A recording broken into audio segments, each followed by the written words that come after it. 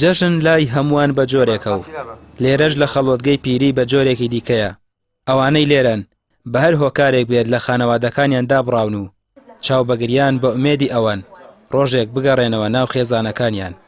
وەک بەشێک لە ئەرکەکان هەموو جەژنێک بەتایبەت جەژنەکانی ڕەمەزان و قوربان و بۆنەکانی نەورۆز و ئەوەی کە پێویستکە هەوڵەدەم سەردانی ماڵەکانی بە ساڵاتچوان کەم ماڵەکانی مناڵان کەم لە نزیکەوە پیرۆزبایی جەژنیان لێکەم و بۆی لە نزیک شەواگەداری بارودۆخ و ژیانیان بە ساڵاتچوویەک یان منداڵێک کاتێت لە دووری خێزانەکە یا خزمە نزیکەکانی جەژن بەڕێکە ئەو جەژنە نییە یا ئەو دیوە کۆمەڵایەتیە بەرجەستە نابێت ئەو سۆز و خۆشەویستی و گەرم و گوڕەیەکە لە ماڵەکانە هەیە وەکو پێویست لێرە بەرجەستە نابێت.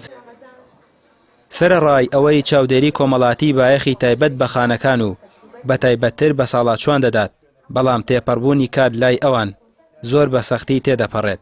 لە بۆ نەو جەژنەکانیشدا چاو لە دەرگای خەڵوەتگەن تا کە سوکاریان سەردانیان بکەن، بەڵام زۆرێکیان بۆ ئومێدەوە ڕۆژەکانی جەژن بەڕێ دەکەن. تووشی ئەو جەڵدێ بووم لێرە دوو مانگونی وە لێرە میگە حەزمەکە لە ناگە جوگار نەبوومە ئێستا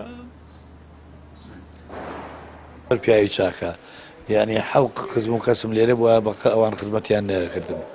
مامۆستا عومەر تەبان زۆر خزمەت مەکا و سێژدەمە خواردنی باشمان هەیە و لە هیچم کەم نییە ماڵی ئاوا بێ خوا سەلامەتی کا یاخوا. زمانی گەنجێتیم دەردی کابرا لێ شام بە سەپان نەیەزانی ساغ بووم ئەڕۆشتم ئەگەڕام هات چۆمە کرد. ئەوانەی لەو خانەیەدا ژیان دەگوزارێنن ڕۆژگارێک خاوەن ماڵ و منداڵ و ئیش و کار بوون، بەڵام ئێستا جگە لە گۆچانێک و ژوورێکی بچووک هیچی دیکە لە ماڵ و سامانی دنیا شک نابن و خاوەنی هیچ شتێکی دیکە نین. ڕامیا ڕۆسمان کەناڵی ئاسمانی پەیام، سلێمانی.